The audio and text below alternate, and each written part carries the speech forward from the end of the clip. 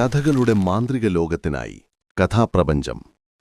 പശുവുള്ള വീടുകളിൽ പശു പ്രസവിച്ച് 7 നാൾ കഴിഞ്ഞുവരുന്ന ആദ്യ പൗർണമി ദിവസം 7-ാം യാമത്തിന്റെ അന്ത്യപാദത്തിൽ ചാത്തൻ പശുവിൻ പാല് കുടിക്കാൻ വരുമത്രേ.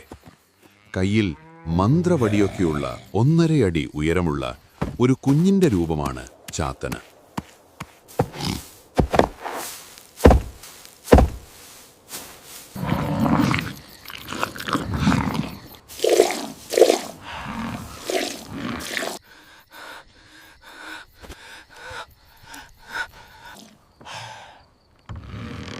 ചാത്തൻ പാല് കുടിച്ചു വയറ് നിറയുമ്പോൾ ഉറക്കം തൂങ്ങി അകിടിൽ നിന്നും താഴെ വീഴും പോലും.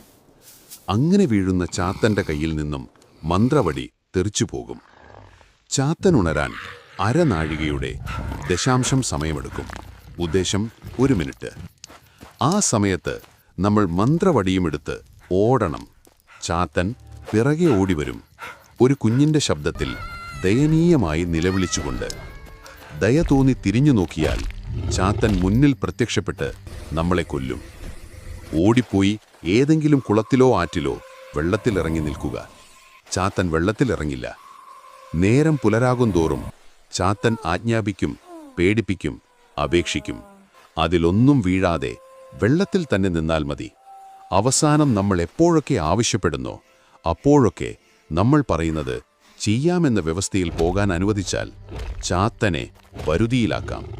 ആ വടി കൈവശം വച്ചാൽ ചാത്തനെ പിന്നെയും വിളിച്ചു വരുത്താൻ കഴിയും.